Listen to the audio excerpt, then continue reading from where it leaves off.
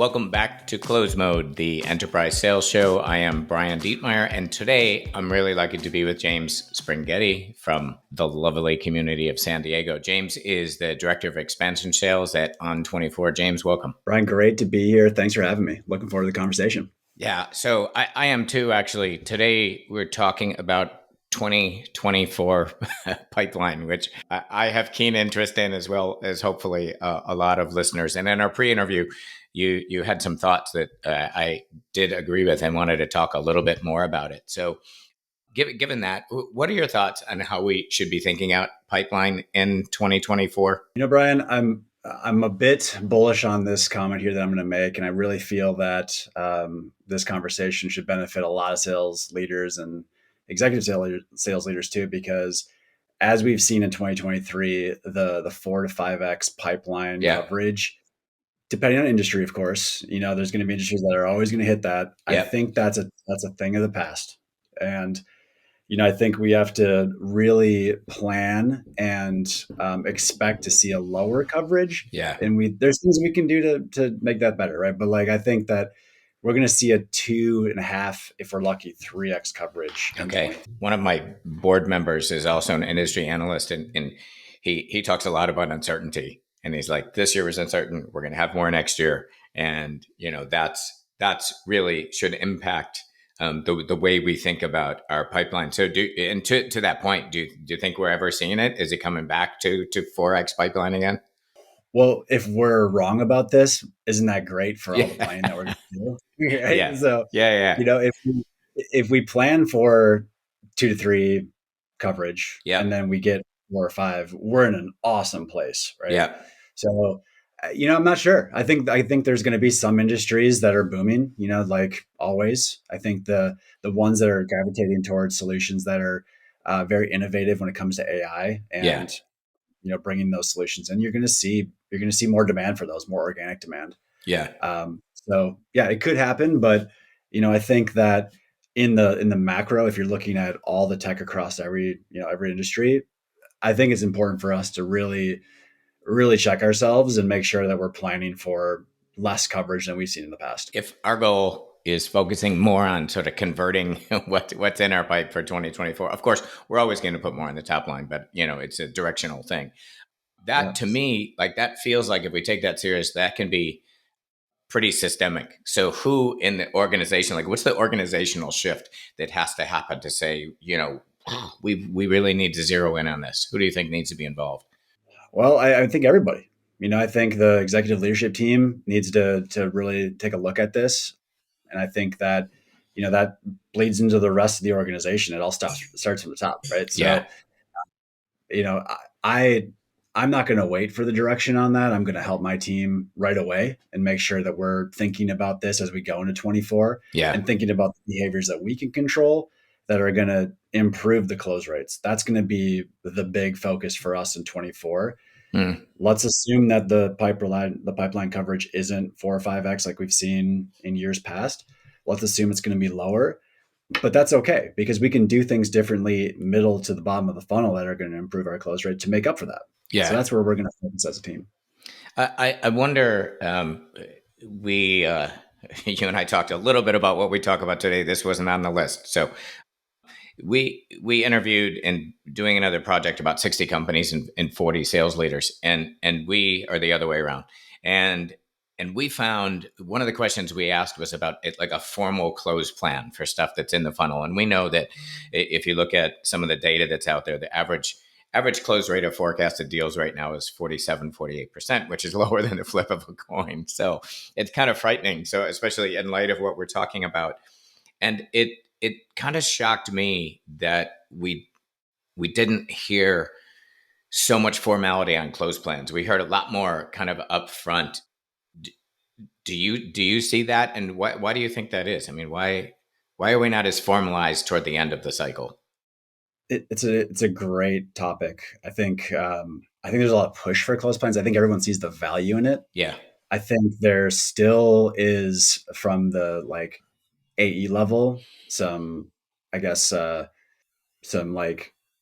trepidation maybe, or maybe some reservedness around all right, how do I make this feel mutual versus one-sided? I Yes. think that's where I think it all comes down, because the executives, the directors, close plans, close plans, close plans, right? But when you're an AE and you're seeing everything that's on your side, like you're like, well, this isn't mutual, right? This is just me trying to check all these Yeah. boxes. Like So I'd be like, old school close. They don't want to do that. yeah, Yeah. yeah, they don't want to do that, and like I think your customers are going to see through that too. So like it is really important to make sure that you're understanding their process, you're understanding what they need to do to get things done, and let them help you create the close plan so it does feel mutual. Yeah. So it's I think it's tough. I think close plans are great. We certainly try to use them as much as possible. I'm on the customer side, so when we do use them, we try to really try to focus on an implementation date, a go live date, when the next sync is going to be Yeah. after they go live with it, so it does feel mutual. Yeah. We don't. I don't like to use a lot of sports metaphors in business because some people are just not fans. The one I will use is Jim Dickey from Sales Mastery. He did a great article on what he called the red zone, right? When you're inside the opponents or right at the opponent's 20, like there's a whole different set of plans.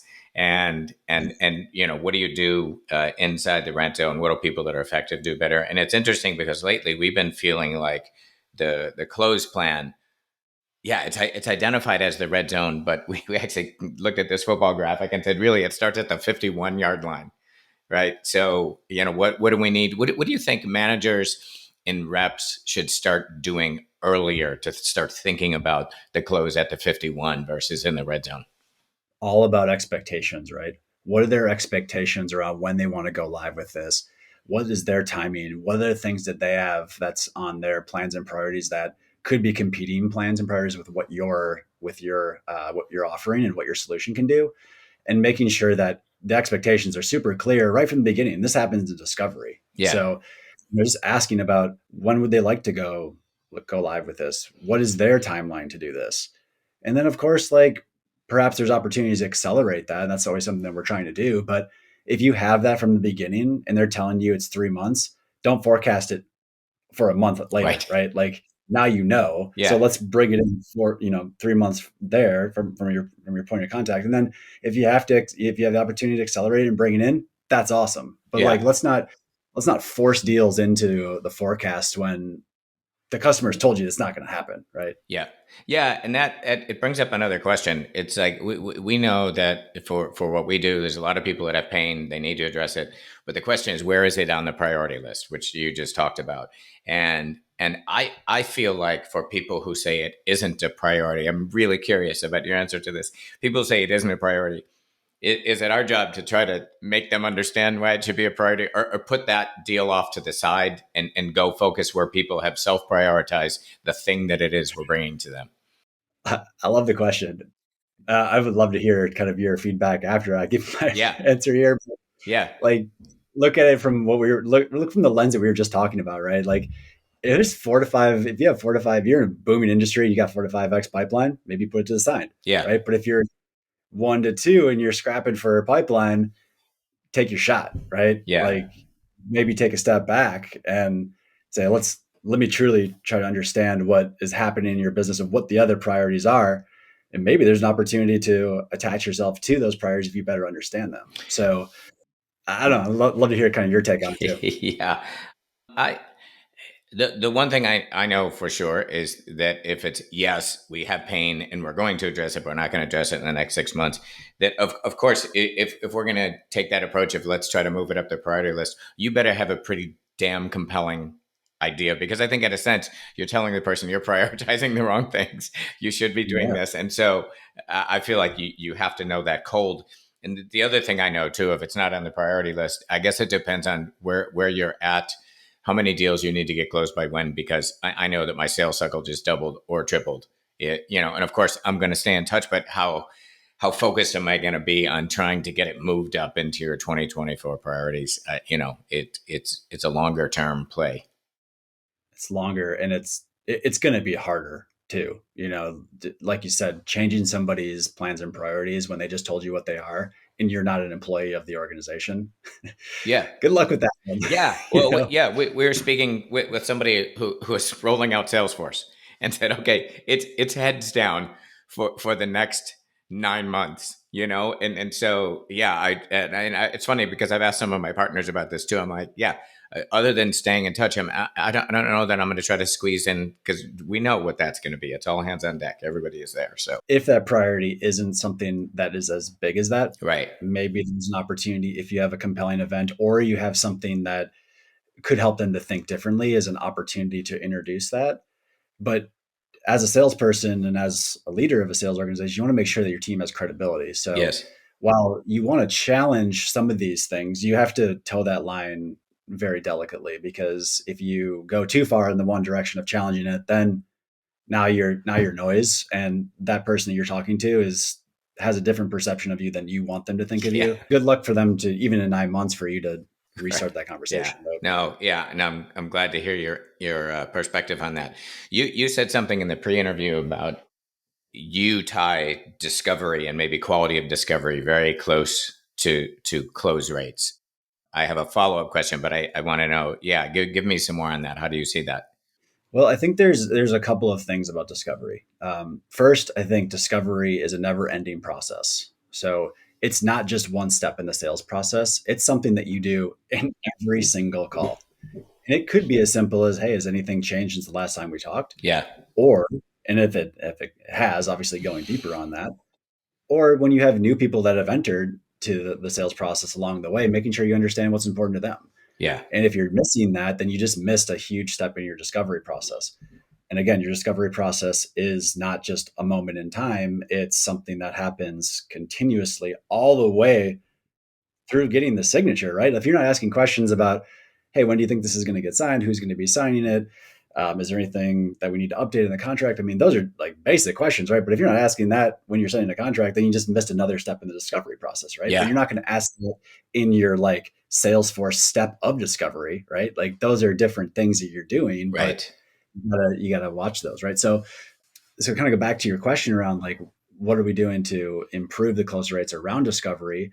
Well, it's in a situation where you have less deals, right? If you don't have the massive pipeline, you don't have maybe the market momentum, you have to get deeper in with your reps around what they're doing every day. So co-writing with them, right? Like back in the day, we used to like actually go into offices and meet with people live, and we would be right there with them. And we're doing, of course, that virtually to a Yeah. certain extent. Yeah. But you know, do a ride with your reps, be with them, be with them for the entire process, coach them after the call, use Gong. Like there's all these things you can do to help your reps to identify opportunities to improve. And if you keep doing that with your reps, you're going to see them turn their close rates into something better than they're doing. I wonder. I'm a little biased on this, and again, want your opinion. So I feel like a lot of discovery work, discovery training is kind of up front, which are pretty open ended. Hey, what's keeping you awake at night? What's your KPIs for the next year, and that it changes. You said discovery throughout the cycle, and it changes throughout the cycle. And I just feel like I haven't seen as much emphasis on how does it change, and Yeah. what is discovery, to go back to the football metaphor, at the 51, because there's the argument that what gets you from 0 to 50, you have a playbook. At the 51 you have a different playbook. At the 20 you have a different playbook. So what's the playbook at the 51, and how is that different than front end sales process discovery? I think there's two parts to this. The first part is having a plan going into the call, right? So you Yeah. said playbooks. Like how many people are still winging it?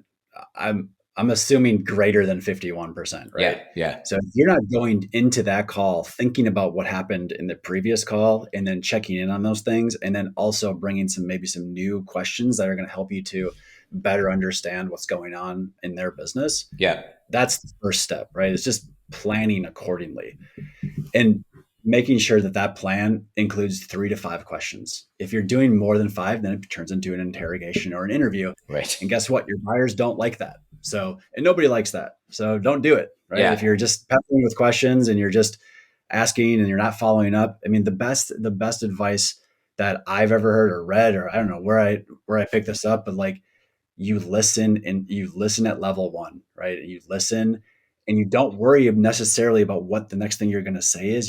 You're so locked in with the conversation that the next thing you say is based on what the person's saying. And this is what you do when you're talking to anybody. Yeah. So why move away from that natural thing that you do with everybody that you communicate with in the discovery process?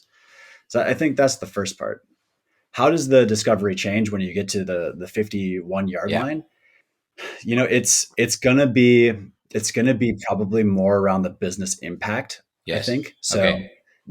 the first part is gonna be what are the priorities, the pains, and then I think when you're to the 51, you're starting to introduce how your solution is able to make an impact to their Yeah. business, right? Quantifying that. And then the discovery there is, how does this recommendation that I'm presenting to you align with what you've told me in the past? Or if you bridge us together, even better. But making sure that you're discovering with your customer around, are they buying into the business impact that you're recommending? So those questions are going to feel differently than at the front end, right? Yeah. I feel like I could go on and on about this, but like your front end discovery, right, is like, and please don't do this, but like if you're asking the BANT questions like in your first discovery, like check your discovery at the door, right? Like that's not how you want to run discovery firsthand. Now there's ways of getting some of those things aligned so you can qualify, but Yeah. qualifying and discovering are different too. So maybe we can chat about that. But yeah, I mean there's so much to that, but I feel like, just to kind of summarize, the beginning is going to be more around what are their plans, what are their priorities, what are some of the things that are important to them, what are their deep issues, their pains. Once you get further down, it's aligning to how we can make a change and making sure that they're bought into that process and they're very invested in that. Yeah. There, again, we spend time on this, which I think makes sense because I do agree with you. Discovery, we're talking about closing more of our 2024 pipe, and discovery being a leading indicator of that. And I feel like in that second half, if the front end's kind of a lot of open ended big questions that, for a while, and I haven't seen so much lately. Like there was a lot written about guided discovery, right? Coming really granular questions where, and you made me think of this with, you're getting down to the granularity of how do they see us, as a solution kind of thing. And to me, guided discovery, as opposed to open-ended. In fact, the way we think about this when we do our own work is something we call signaling, which is, are you baking some data that might be helpful to the customer into your question? And the reality of some of that is, like, I'm not even so concerned about your answer with a signaling question, and especially if it's coming from a good place to say, these are things you should be thinking about, but how do you feel about these things? And yeah, I wonder. So Yeah. for me, that's the second half of discovery. It's much more granular. It's much more guided, and Yeah. and much more bringing things to the customer in your question. Yeah, I wonder. Yeah, how would you elaborate on the, like, details of that second half of discovery? I love it. I Yeah, love it. It's bringing insights and trying to help the customer to have them buy into your perspective and yeah, your expertise.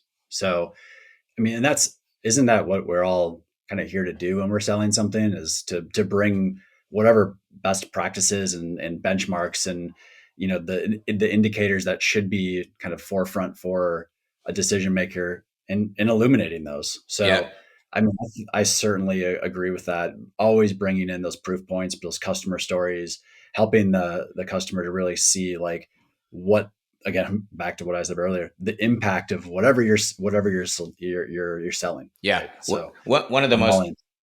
Sorry, one of the most effective approaches. Now that you're talking about this, I worked with a company who installed and managed data records in a company, and as they got near the end of the cycle, their customer began thinking about building their own solution for that. And so one of the things they did is they thought through, if you were to build a similar solution, what would it take to design, install, maintain? And those are the questions that they brought to the customer. Say, cool, I know you're thinking about this. How do you feel about, and they went through a series of 7 or 8 questions about design, install, and manage that I think probably scared the hell out of the other side to a degree. But it's effective, again, if it comes from the right place. Like, I think it works. Yeah, yeah. I mean, like, along those lines, kind of going back to what we talked about earlier with the mutual close plans or the close plans, that's another opportunity to do some discovery, but like align again with expectations on their side. Yeah, So just like you had mentioned, kind of delivering a framework of the different things that they should think about in the buying process Yeah. or in their timeline. The close plan is the same thing, right? Here's generally what happens from this point on, right? Here's generally where our customers things that they have to do on their side. Does this align with what you have to do? There's your discussion right there. Yeah, and I wonder, it's the last question I have for you, but I'm really curious about this. So I mentioned this project where we interviewed folks at 40 companies, 60 different people, CROs, directors of sales enablement, VPs of sales. And what we heard almost to a person was their frustration with quality of discovery. Because we were talking about closed plan and end of cycle stuff. And to a person, they almost all said that they were frustrated with the quality of discovery. We followed up with them and asked, have you invested in kind of discovery methodology and they had. So I'm curious. This was, because you would say, all right, the first answer is we need to train our people on doing better discovery, and almost all of them had. Why is it that companies are spending money on discovery, and literally 100% of the companies we talk to are frustrated with the quality of their discovery nearing the end of the deal cycle? Yeah. I mean, it is. Now, I think this is where the frontline manager really can shine. Yeah.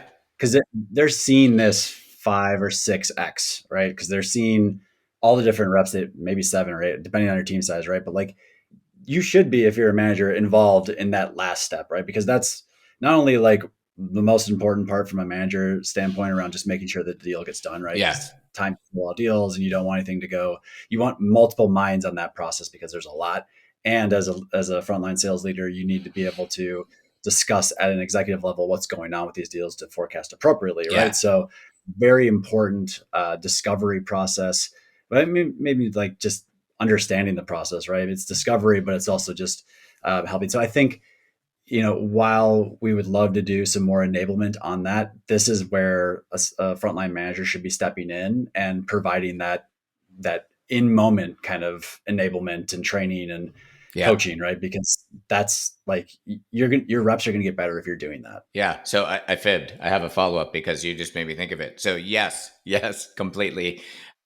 As the improv people say, yes, and Yes. yes, and what we also heard is that frontline managers don't have the time to coach. And one of the things that come to mind as you're talking through this is, well, maybe if you're going to find the time, the most important part to do it is here, which I agree with. But that seems to be the problem there, is that, and again, holistic problem we hear everywhere. It's like, yeah, I get it.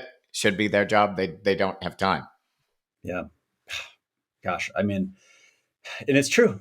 And frontline managers have arguably the hardest job in any sales organization, because they have to manage a lot, and time is the most precious resource for a sales manager. But we're here to close deals. Yes. So, I have a quota. My reps have a quota. I have a dedication to the business, or responsibility to the business to deliver what I'm calling and my target, right? So if I just take it as what's the number one thing that I'm here to do, it's to close business, right? Like, now there's a lot of other things, but if I just say, if I need to find a way to help myself guide on what I'm spending my time on, I just have to go back to that, right? And it's, and it, again, we're pulled in a lot of different directions. Everyone gets it, but end of the day, like, that's what we're here to do. So let's make sure we prioritize that. Yeah. So if, nationally and globally, close rates are lower than the flip of a coin, we know that 2024 is going to, I agree with you on your projection. And as you said, we'll find out when we roll this tape at the end of 2024. But I agree with your projection that we need to close more of what's in there. Closing is highly tied to discovery.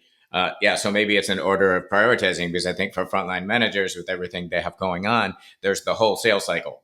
And we're saying, okay, the reality is you're not going to, you're not going to coach across the whole sales cycle. So maybe it's a priority for 2024 is coaching, and it's coaching starting at the 51 on the close plan and heavily tied to discovery.